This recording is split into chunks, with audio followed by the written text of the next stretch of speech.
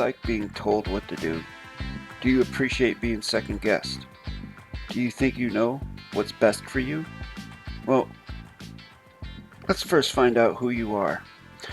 Are you an adult? Do you think you know enough to be able to be autonomous and to make your own choices? Or do you like it when others make choices for you?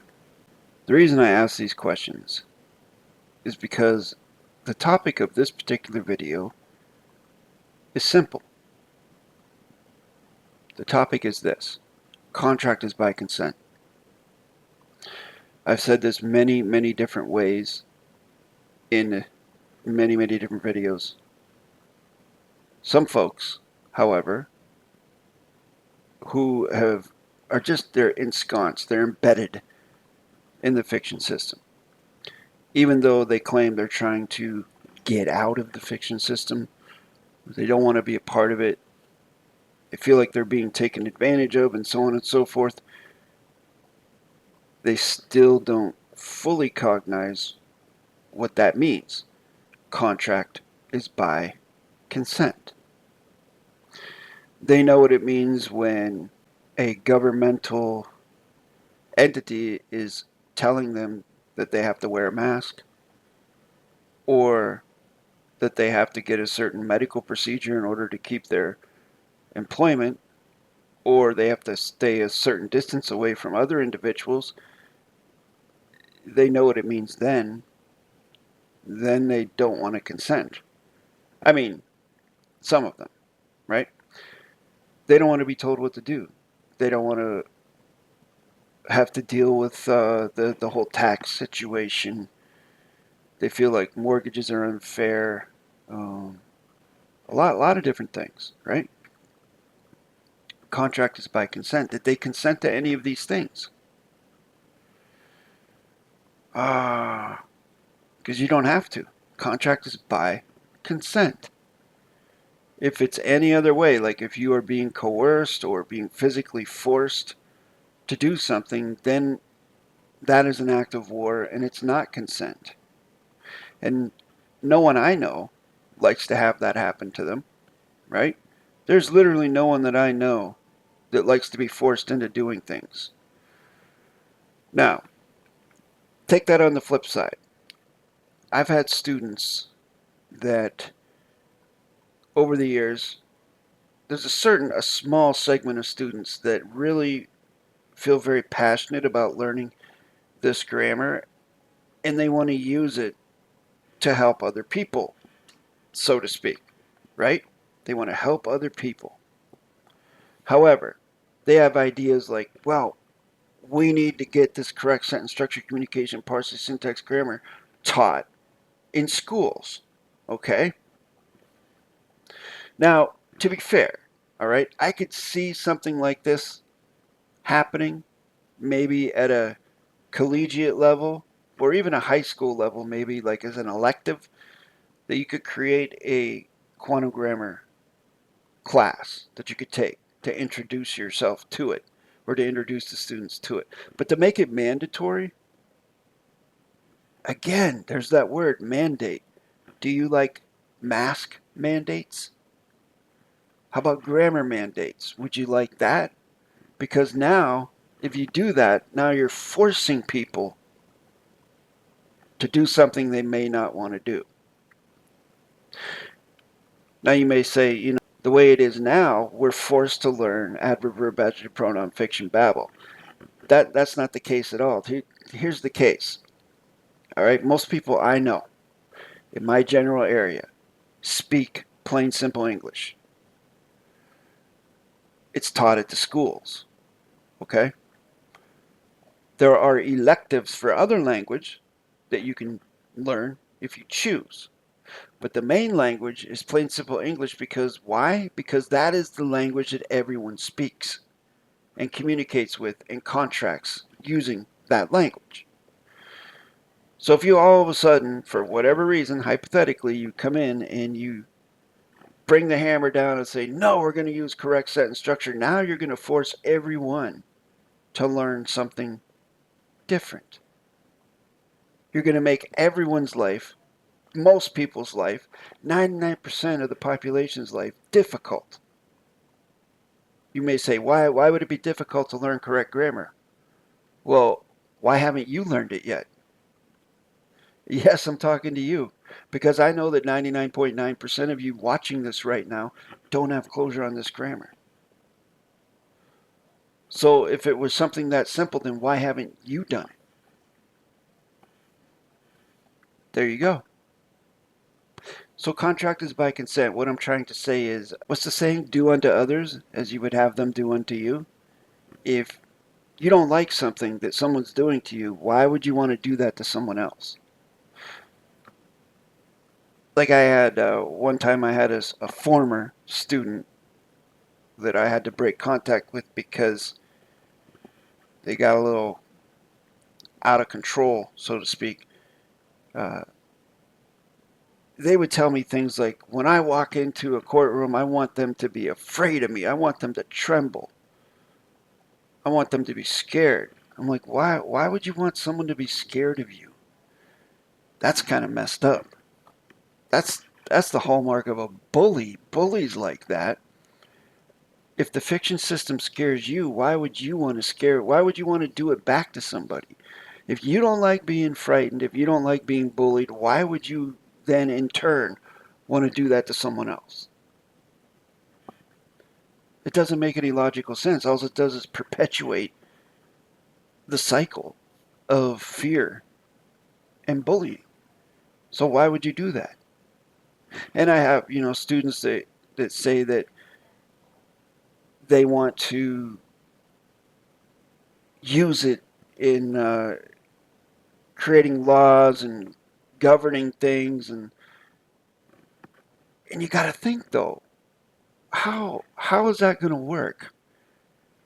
You have a government that's in place that uses, basically they have their own language. Have you ever seen the legislation that they type out?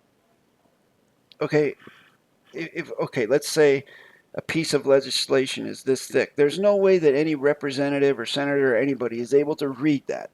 Okay, they get people to read it for them.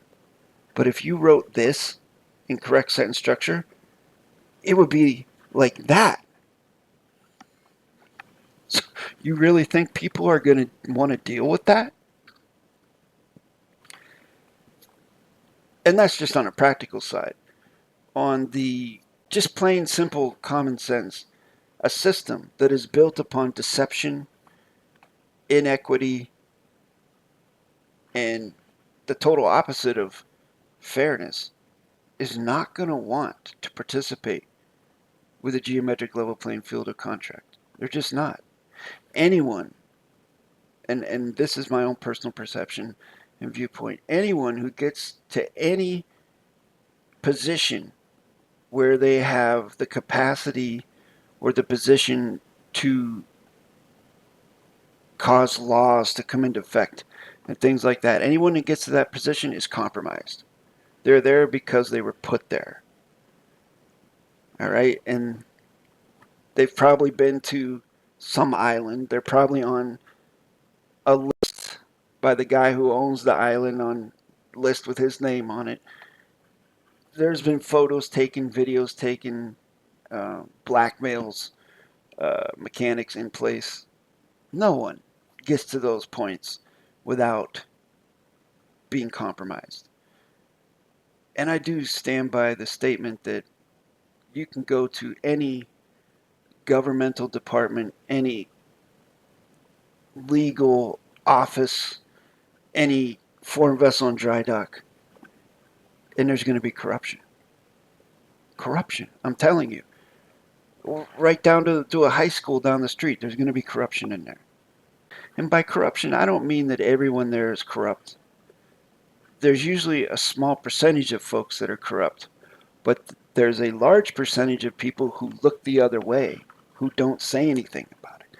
They see the corruption going on, they see the wrongdoing, but they don't say anything. Why? They don't want to lose their job. I mean, it's not their job to cover up corruption, but it's their job to feed their family. And if they're put in a position where they keep going to work and getting a paycheck, or they decide to be a whistleblower and lose their job, probably going to choose to keep their job for this much the same reason why a lot of folks gave in to those medical mandates to get that medical procedure a few years ago, because they were afraid of losing their job. Even though it still was a choice, they chose to get the procedure and therefore keep their job. It's kind of the same thing. So contract is by consent. So you folks out there who have a grandiose idea of changing the world, keep in mind, change is modification, modification is perjury. But I know what you mean when you say that. You want a better world for your children, for your family, and things like that. It's not. Probably not going to happen by changing the system from the inside out. The system is rotten from the core outward, from the roots on up to the top of the tree. Rotten. Nothing's going to change that. Nothing is going to fix that. Nothing ever has. Nothing ever will. Now, that's not to say it's hopeless, because it's not. The way that I've found to navigate with the balance of the honor and the grace, position of peace and neutrality, maintenance of rule one, rule equal, is to not worry about changing what's going on. It's not necessary.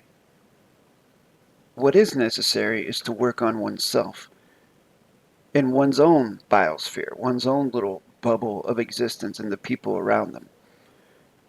Do things there. If you want to be an example for other people, or an inspiration or a motivator, then do it. Take charge of what you're doing. Become your own commander. And yes, I use the word commander, because I myself am a commander of my own construct. But of course, I'm not going to demand that other people call me that. Okay? Commander for me is just a word, basically meaning together with, it's a contract together with the mandate. Commander. Com, together, mand, like mandate, and ER, which is contract. So it just means that I'm the commander of what's in front of me, as far as the things that I create and, facilitate. All right? I would never, ever be so egotistical as to, be arrogant enough to want other people to call me that. It just makes me wonder what kind of mentality that takes. Now, a caveat to that, I understand if you're in the military, if you are actually in the military, you've gone through your boot camp training, you're out in the field, you've seen combat, you're in those situations. I understand what that means there. But if you've never been in the military and never done any of that stuff, then you don't have any business demanding that other people accept that you are claiming that rank. Because it is a rank in that context. But anyways, back to what I was saying. Be an example. Get your own stuff in order. Stop your own trespasses. Because, and that's the most important thing. I'm glad I came to that, because I probably would have ended this video without talking about this. The folks out there that talking about they want to stop and correct this government official, or they want to stop and correct the insurance companies, or whatever it is they want to stop and correct. If you're saying that, then you don't fully cognize what it means to stop and correct. And I've said this countless other times, and this goes back to what I said at the beginning of the video. People just have this fiction mentality embedded in their brains, and even though they don't want to be trespassed upon, they think it's okay to trespass on others. So if you're going to walk in and let's say you're going to stop and correct an insurance company, okay? Because you feel like your insurance, you're going to sue an insurance company for a fictitious conveyance of grammar because you feel like they're ripping you off. Who signed that contract? Did someone twist your arm behind your back to sign that contract? Did you read the contract? Because if you didn't read the contract and you signed the contract, you're still accountable for it. It's your own stupidity that you didn't read the contract. So now you want to come in and stop and correct the insurance salesman? What did they do wrong? They're doing their job. Yes, they're using a fictitious conveyance of grammar, but that's what they know. That's what they've learned. It's what everybody learned. It's the common language. How do they know about correct sentence structure, and why would they know about it? Do you see what I'm saying? So now you're going to go, now you can stop them, hypothetically, if they indeed are ripping you off. If they are doing things that are breaking the contract that you signed with them, then correct sentence structure will work. 100%, yes, and stop that trespass. But if they're just doing what's in the contract, then it's probably not going to work for you. And you're not going to be able to stop them, and you're certainly not going to be able to force them to correct themselves. How are you going to force someone to correct themselves if they don't want to be, if they don't feel, first of all, that they're doing anything wrong? It's like, hey man, I sold you the insurance policy. You signed it. I explained it to you. I did my job. You signed it. What needs to be corrected here? The grammar? For what reason? Do you see where I'm getting at? You have to think about these things logically. Logically. And it's the same thing with government or anything else. You have to think about tangible damages. What harm is occurring to you? What harm has been done, and can you prove it with a continuance of the evidence? Because if you can do it with a continuance of the evidence, then you can stop the harm, stop the trespass. But correct it? How are you going to force them to correct what they're doing? Now, you might be able to correct it from your own standpoint, meaning get them out of your construct so you can continue on unencumbered and unmolested and just peacefully keep on going. You can correct the course of your own vessel. But if you're going to correct someone else and they don't want to be corrected, why would you force them? As I've said in the past, there's only one scenario, situation pretty much where I can think of force being necessary, and that is if you are being physically attacked. If someone is coming at me and they mean me physical harm and they're throwing punches at me, then yes, I can stop them, hit them, and correct them, force them to correct themselves, which means nullify the threat, whatever it takes. That makes sense to me. But, you know, like that whole media command letter that happened years ago, how are you going to tell a news media company, the reporters or whomever, how to do their jobs? Is it because you yourself have experience in reporting the news and you know how to do their jobs better and you can correct them? What gives you the position to do that? And that's the same thing I ask, you know, psychologically, all these folks that do want to change the world and correct the government and this and that. So you have more experience with that. So people are going to listen to you, huh? Because you have all this experience and you know correct grammar and you're going to make everything fair and equitable so that everybody gets a slice of the pie, right? Right? Wrong. That's not what's going to happen. Practically, and as they say on the real side of things, one may only do that for oneself. That's why we say in correct sentence structure, you would only make a claim for yourself. Now, hypothetically, of course, you could get together with a group of like-minded individuals, start your own community, and start your own correct sentence structure, communication, parsing, syntax, grammar, governing system. Start your own community, have your own land, create your own, however you want to do that. You would all be live life claimants. But even in those situations, there's always people who want to take control, and there's always people that want to lead or don't agree, so on and so forth. But the good news is, as much as everyone seems to say that they want to think for themselves and be autonomous, I know there's a good number of you out there who prefer to be followers. You prefer to have a leader.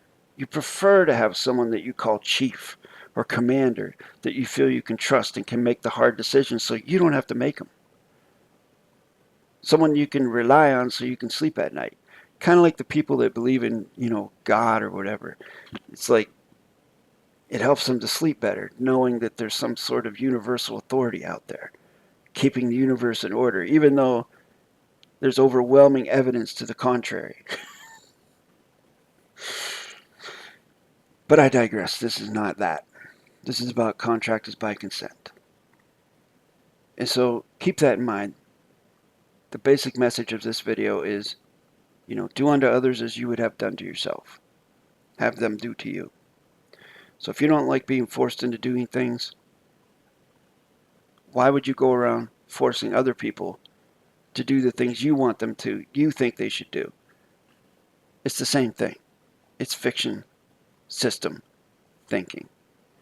This isn't something that's going to happen overnight or in the course of a day. For you. If you're going to learn this, it takes a while. It takes a lot of thinking. And, if you're learning how to swim and you're reading a book, and you can learn all you want to about how to do it, how to breathe, how to move, what to do at certain depths. But until you get in the water, you're not going to have any clue what it's really like to do that. So it takes that too. It takes experience. And if you're one of those folks that think that you know better than someone who's experienced, you have to show proof. You have to show a continuance of the evidence. Otherwise, no one's going to take you seriously. Credibility. It means a lot. Humility means a lot as well. That's why I always say. That's why I just did a video the other day apologizing to a commenter. I was wrong about them. And I was mistaken in something, and I said, and I publicly apologized. It's no issue. It's humility. It's cultivating humility. But unfortunately, not everybody has that capacity. And, everybody's different. Everybody makes their own choices. Contract is by consent. But I would definitely say to you, if you really want to learn this 100%, this grammar, you just have to be patient, be open-minded, have an open cup, and just keep working, keep plugging away at it. All right. Thank you for watching.